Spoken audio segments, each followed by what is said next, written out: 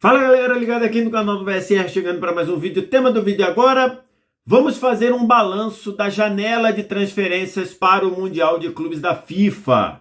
É isso mesmo, vamos analisar ali as principais contratações. O Mundial começa neste fim de semana. Antes, like, se inscrever no canal, você faz isso aqui embaixo. Aqui embaixo no primeiro comentário fixado do vídeo tem um link para você fazer a sua jogada em kto.bet.br. Clicando no link vai direto, porque a KTO tem uma ampla cobertura para jogar no Mundial de Clubes da FIFA, tá? E todas as jogadas do Mundial de Clubes da FIFA valem também para a Liga do Milhão, o maior campeonato do Brasil. Então é só vir no primeiro comentário fixado no vídeo, clicar no link e já ir direto lá em kto.bet.br. Sempre lembrando, isso não é investimento, você pode perder o seu dinheiro. Então você vai ter que jogar com responsabilidade, vai jogar como diversão e, claro, proibido para menores de 18 anos. Estou gravando esse vídeo aqui na tarde de quinta-feira para falar sobre o Mundial de Clubes da FIFA. Terei aqui no canal, na medida do possível, porque estarei trabalhando também lá na TNT Esportes, uma ampla cobertura no Mundial de Clubes da FIFA. E essa cobertura, eu queria começar essa cobertura olhando atentamente as principais contratações dos clubes para a janela de transferência, para o Mundial de Clubes na janela de transferência extra criada pela FIFA. A FIFA criou uma janela de transferência do dia 1º de junho ao dia 10 de junho, então uma janela de transferência express, rápida, para os países que têm clubes jogando o Mundial de Clubes da FIFA. Então não eram só para os clubes que estão no Mundial, mas todos os países que têm clubes no Mundial puderam inscrever jogadores do dia 1º de junho, 1º do 6 a 10 do 6. Então essa janela está fechada e aqui eu queria passar para a gente dar uma olhada nas principais contratações. Antes, queria trazer aqui, que eu vou trazer, isso aqui eu peguei lá no Globoesporte.com, quanto cada clube gastou nessa janela de Mundial. A gente tem vários clubes que não gastaram nada. Não gastaram nada. Apesar de terem feito contratações, não gastaram nada. Al Hilal, Pachuca, Flamengo, Inter Miami e Ulsan da Coreia do Sul, eles fizeram 2 ou 1 contratação, mas não gastaram nada porque contrataram jogadores que estavam sem contrato. Por exemplo, o Flamengo contratou o Jorginho. Auckland City, Benfica, Esperance, Juventus, o LAFC, Mamelodi Sundowns, Monterrey, Palmeiras, PSG, River Plate e Seattle Sounders não gastaram nada porque não fizeram contratações e não inscreveram jogadores para essa janela, né? E aí vamos tentar dar uma olhada aqui na lista. Quem mais gastou? O Manchester City, contratou um montão de gente, contratou 815 milhões de reais. Em segundo, o Chelsea, 451 milhões de reais. Em terceiro, o Real Madrid, gastou 441 milhões de reais. Em quarto, a Inter de Milão, que gastou 235 milhões. Aí vem Borussia Dortmund. Em sexto lugar, o Botafogo. O Botafogo gastou quase 160 milhões de reais em 5 contratações. Aí depois Porto, Boca Juniors, RB Salzburg. O Fluminense na 10ª posição. O Fluminense pagou 30 milhões de reais no Soteldo. Aí vem Al Ain, Al Ahly, Atlético de Madrid, Bayern de Munique, Urawa Reds, o Wydad Casablanca, o último que contratou 4 jogadores e gastou o equivalente a pouco menos de 2 milhões de reais. E aí vamos tentar dar uma olhada aqui nas principais contratações, tá? Tem muito jogador aqui que de fato eu não conheço muito, mas vamos tentar dar uma olhada aqui, ó. O Al Ahly contratou 6 jogadores. O mais famoso é o Mohamed Trezeguet, que é aquele atacante egípcio e tudo, que já jogou pela seleção, formou dupla de ataque com Salah na seleção e tudo mais. O Al Ain contratou um montão de gente. O mais famoso, o Rui Patrício, aquele goleiro português. O Al Hilal buscou 2 contratações. O maior destaque é do Lajame, né, zagueiro, que chega ali para um setor que o Al Hilal precisa de reforço. O Atlético de Madrid, na verdade, não contratou ninguém, porque ele confirmou jogadores que já estavam lá, né? Efetivou jogadores que já estavam lá, no caso o Musso e o Lenglet. O Bayern de Munique contratou 2 jogadores, aí o destaque para o Jonathan Tah, zagueiro, seleção alemã, que estava no Bayer Leverkusen, acabou o contrato, acabou assinando com o Bayern de Munique.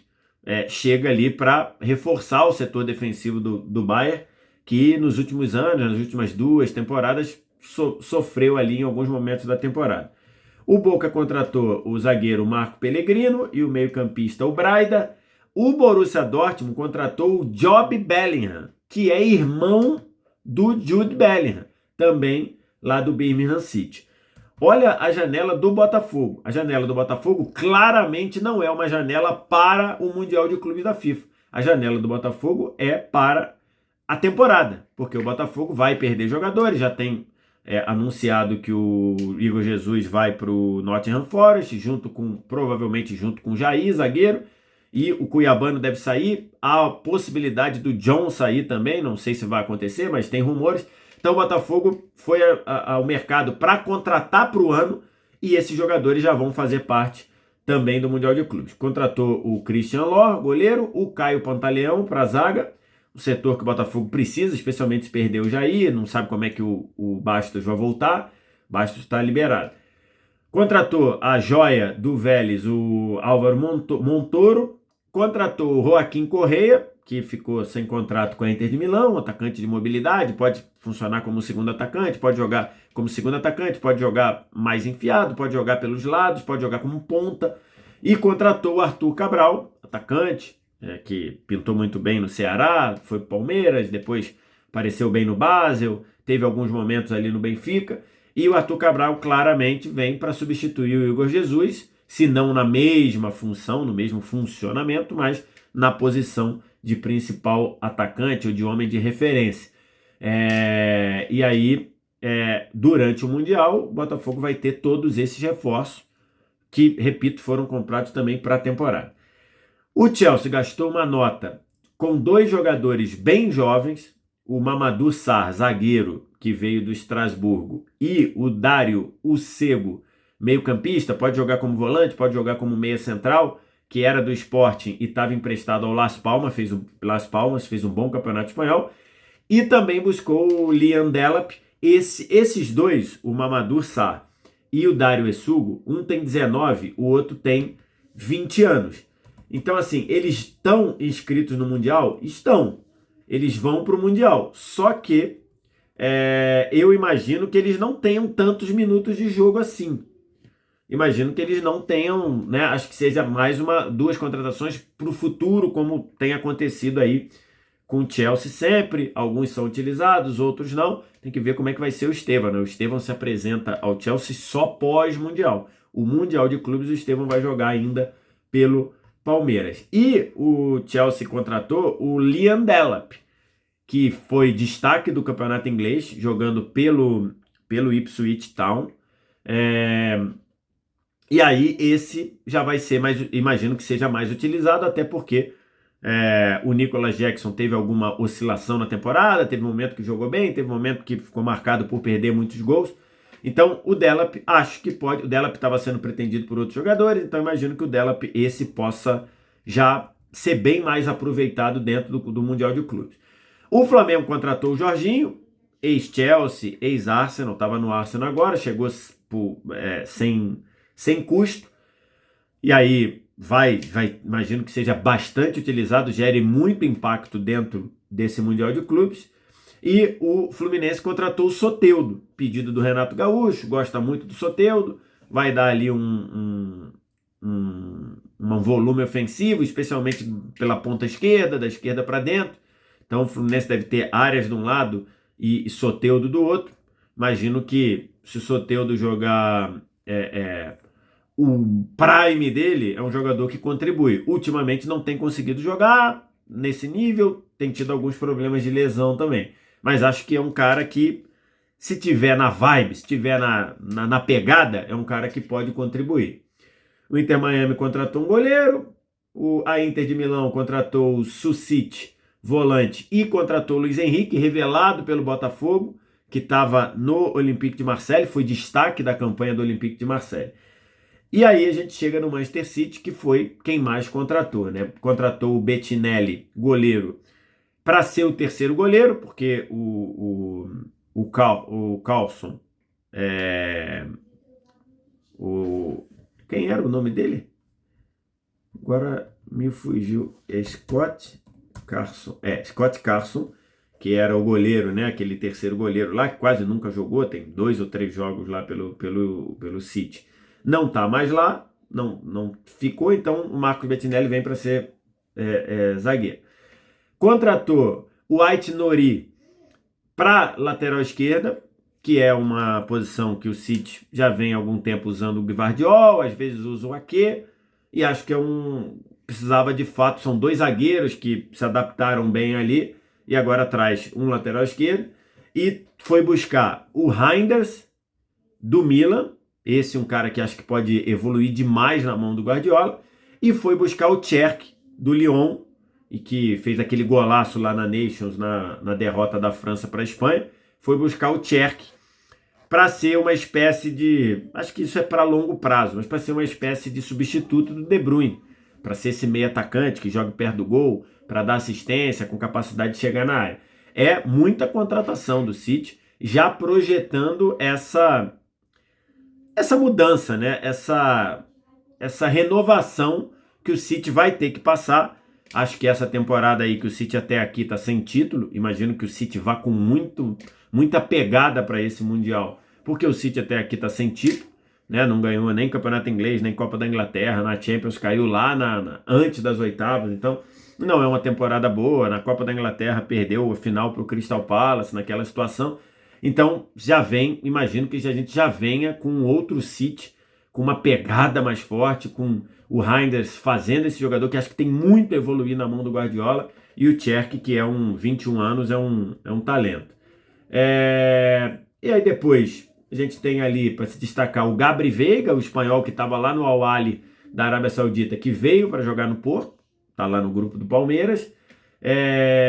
E tem, claro, para a gente fechar aqui, tem o Real Madrid com o Huijsen, o zagueiro, 20 anos, jovem. O Real precisava, né? Porque a gente não sabe como é que o Rudiger vai voltar da lesão. O Asensio é muito jovem e não vai dar tempo de recuperar o Militão, então o Real precisava disso. E a contratação do Arnold para lateral direito, o Carvajal também não vai dar tempo de jogar para o Mundial, então o Real apresenta e inscreve no Mundial de Clubes. São, lógico, 2 contratações para a temporada que vem também, mas já jogam no Mundial de Clubes. O Wydad Casablanca, para fechar ali, apresentou o Amrabat, lembra dele? Jogador da seleção marroquina, jogador que chegou a jogar na Premier League, é o principal destaque lá do Wydad Casablanca. São esses os reforços. Fica aí, claro, os destaques no futebol europeu para Huijsen e Arnold no Real Madrid. Acho que já vão ser utilizados de cara.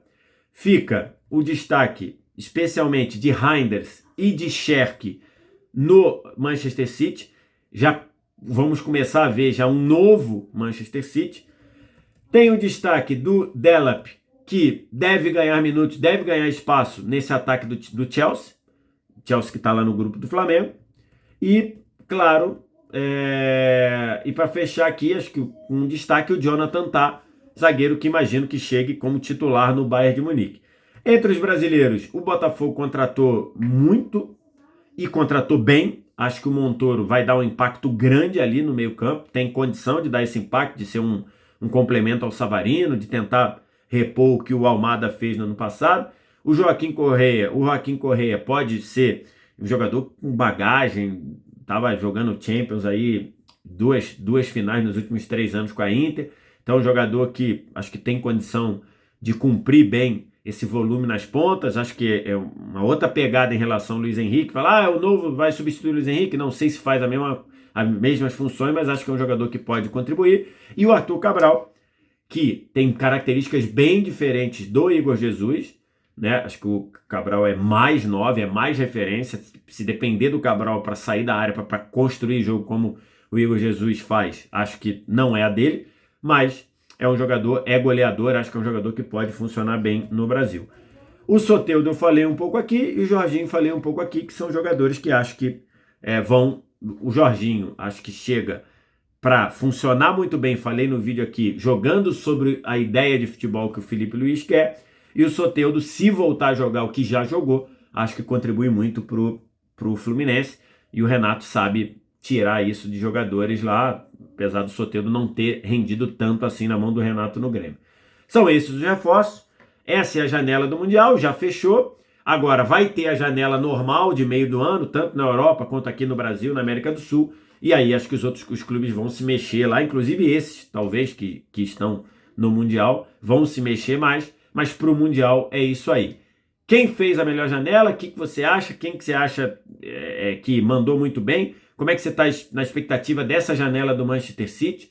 Diz aqui embaixo nos comentários. E aqui a gente vai até começar fazendo alguns vídeos aqui de Mundial de Clubes da FIFA, tá? Vamos virar essa chave aqui porque é um assunto que vai render bastante. Quero te ouvir, diz aqui embaixo nos comentários, deixa o like, se inscreve no canal, sininho das notificações. Primeiro comentário fixado do vídeo tem o link para você fazer sua jogada no Mundial de Clubes lá na KTO, kto.bet.br, jogando com responsabilidade, que você pode perder o seu dinheiro, então você vai jogar com responsabilidade, não vai estourar o seu dinheiro, é só diversão e, claro, proibido para menores de 18 anos. Obrigado demais pela audiência, um abraço, tchau!